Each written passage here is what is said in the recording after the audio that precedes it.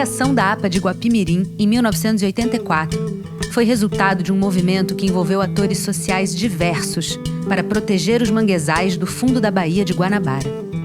Nesse vídeo, vamos conhecer a experiência do Conselho Gestor da APA, que contou com o diálogo e a participação de diferentes setores da sociedade em sua construção e pode servir de inspiração na organização e na gestão compartilhada da Baía de Guanabara.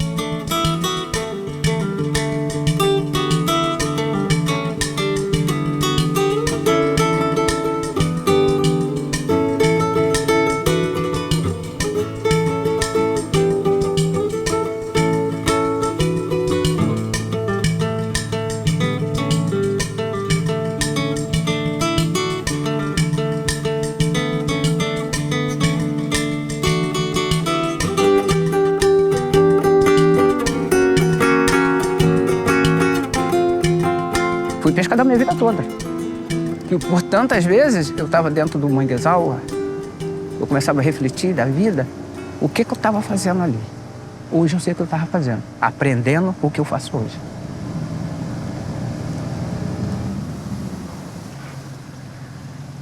Esse plantio aqui tem 6 anos, essa restauração. O mangue vermelho, que é o Rhizophora mangue, o mangue branco, que é o Langucularia, e o mangue preto.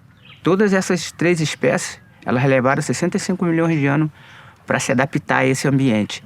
Pobre em oxigênio, lodoso e salubre. Essas árvores se inventaram. Por isso que no manguezal não tem muitas espécies. Porque para sobreviver nesse ambiente hostil, ela tem que levar milhões de anos para se adaptar a esse ambiente.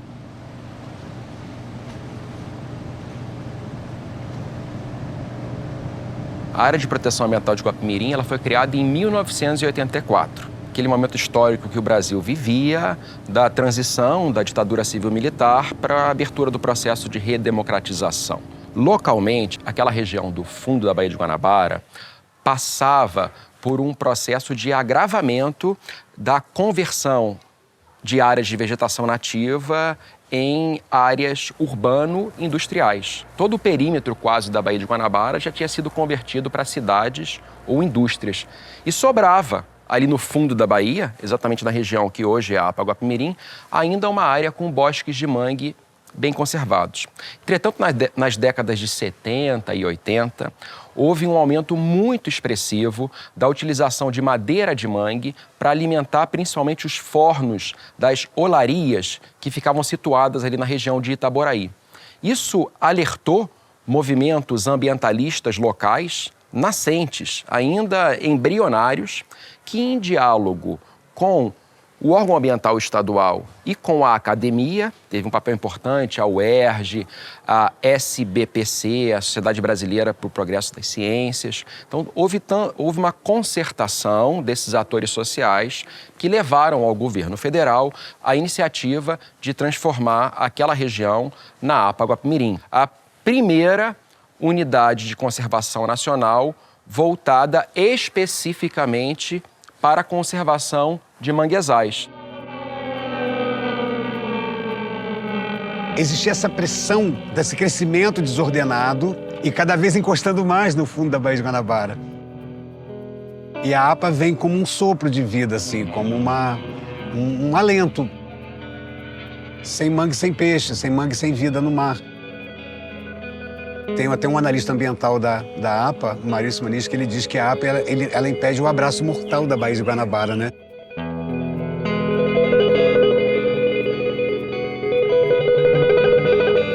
Em 2009, 2010, quando nós começamos a fazer esse tipo de trabalho de restauração, nós tínhamos 160 espécies de pássaro. Hoje tem 240 catalogados.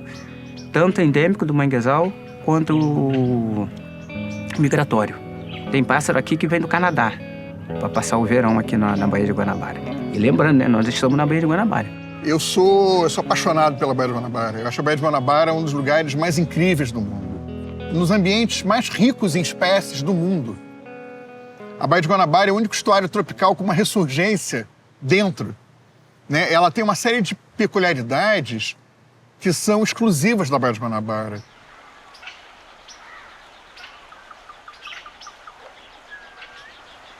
Se divulga muito que a Baía de Guanabara está morta. E é óbvio que existem, em cima dessas informações, vários interesses. O fato é que nós estamos aqui.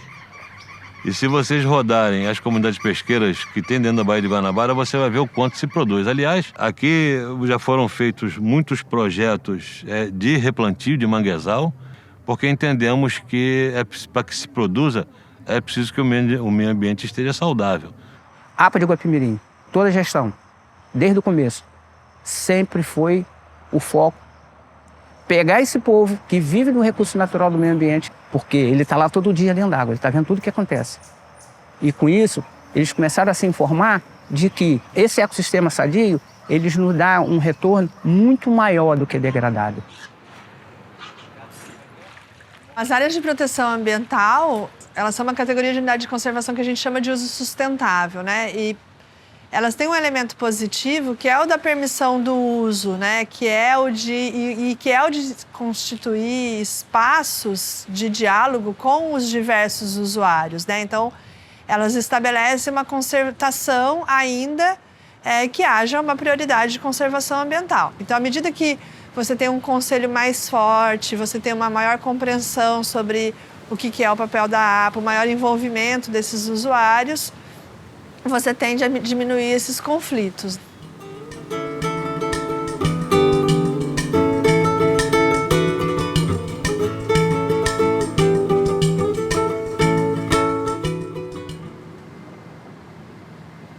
Os empreendimentos, né, de produção de petróleo e gás, né, mesmo esses que são realizados longe da costa, promovem um intenso tráfego de embarcações de apoio, né, que são as embarcações que levam ou trazem, né, para as plataformas de produção equipamentos, insumos, resíduos e trabalhadores. Então, esse tráfego de embarcações ele vai concorrer, vai impactar as atividades que ocorrem no espelho d'água da Baía de Guanabara, né, como o transporte de cargas e de pessoas, o lazer, o turismo e a pesca artesanal.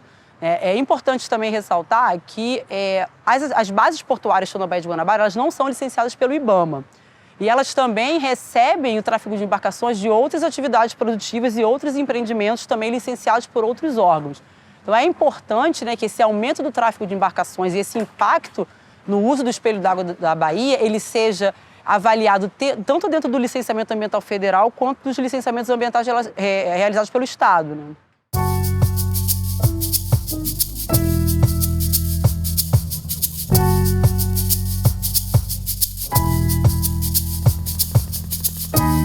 O tráfico de embarcações ele causa um impacto grande no pescador, porque os equipamentos de pesca eles são lançados preferencialmente em locais de menor correnteza. O curral de pesca, a rede de emalhe, né, o espinhel de fundo, o puçar, né, você não vai lançar um equipamento desse num local de altíssima correnteza, né? Até porque a quantidade de lixo flutuante também é muito grande. E esses locais de menor correnteza, locais mais próximos da costa, locais de remanso, né, são locais que servem muitas vezes para fundear a embarcação, construir pier, né? O próprio tráfico de embarcações ocorre por essas regiões. E, além disso, quanto mais embarcação, maior a probabilidade de você ter lançamento de óleo na água, maior a poluição sonora também, que também isso interfere na entrada de cardume na Baía de Guanabara. Você tem tinta anti-incrustante nessas embarcações, que são tintas venenosas para a biota. É um conjunto de ameaças também muito grande se a gente restringir ao tráfico de embarcações, né? Quer dizer, a gente tem uma disputa por espaço.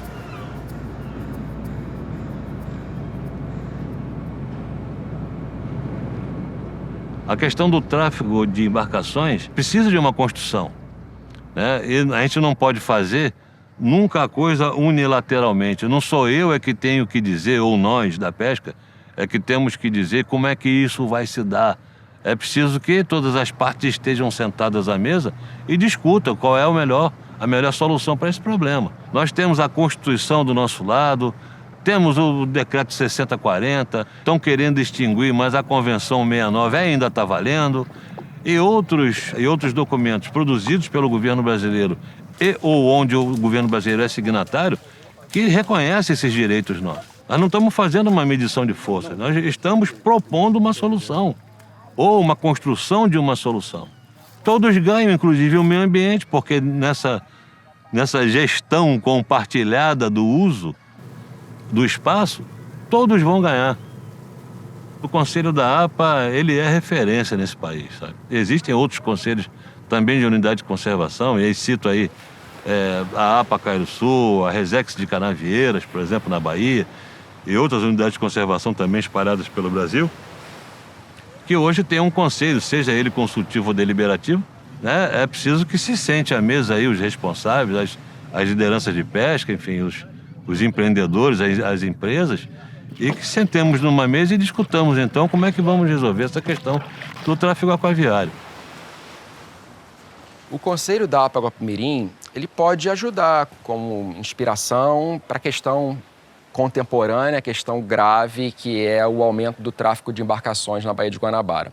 Por exemplo, recuando um pouco historicamente, no processo de implantação do Complexo Petroquímico do Rio de Janeiro, do Comperj, também associado à indústria do petróleo, que estava se instaurando em Itaboraí, com impactos diretos sobre a APA Guapimirim.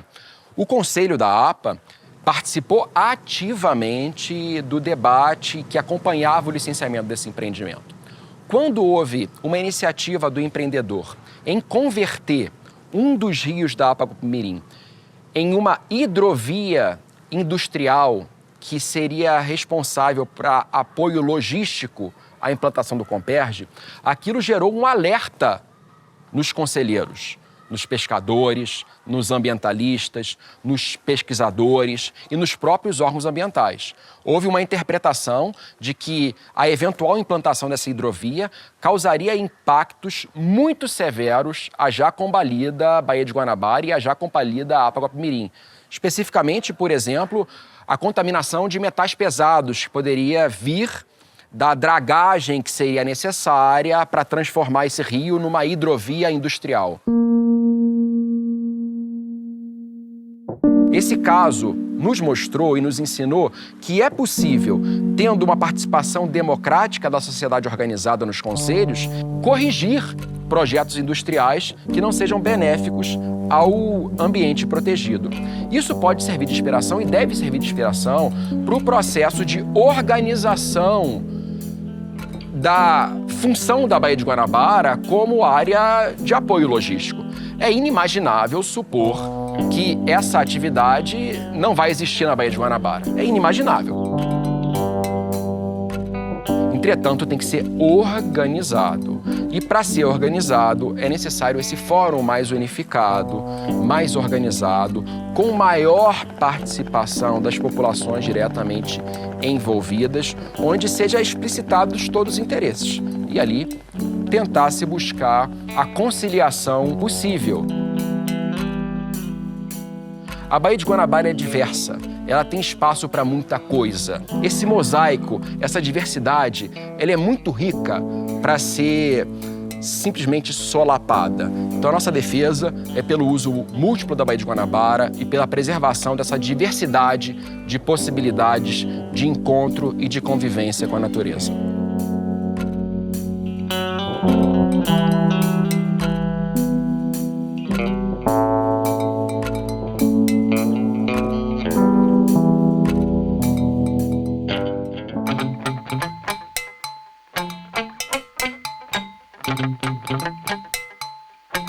A realização do projeto de educação ambiental Redes da Baía de Guanabara é uma medida de mitigação exigida pelo Licenciamento Ambiental Federal, conduzido pelo IBAMA.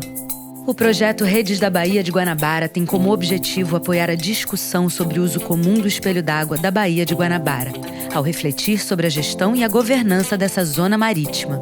Desenvolvido pela empresa TotalEnergies EP Brasil, o projeto é uma das medidas exigidas no Licenciamento Ambiental Federal para a produção e exploração de petróleo e gás em alto mar, no campo de Lapa.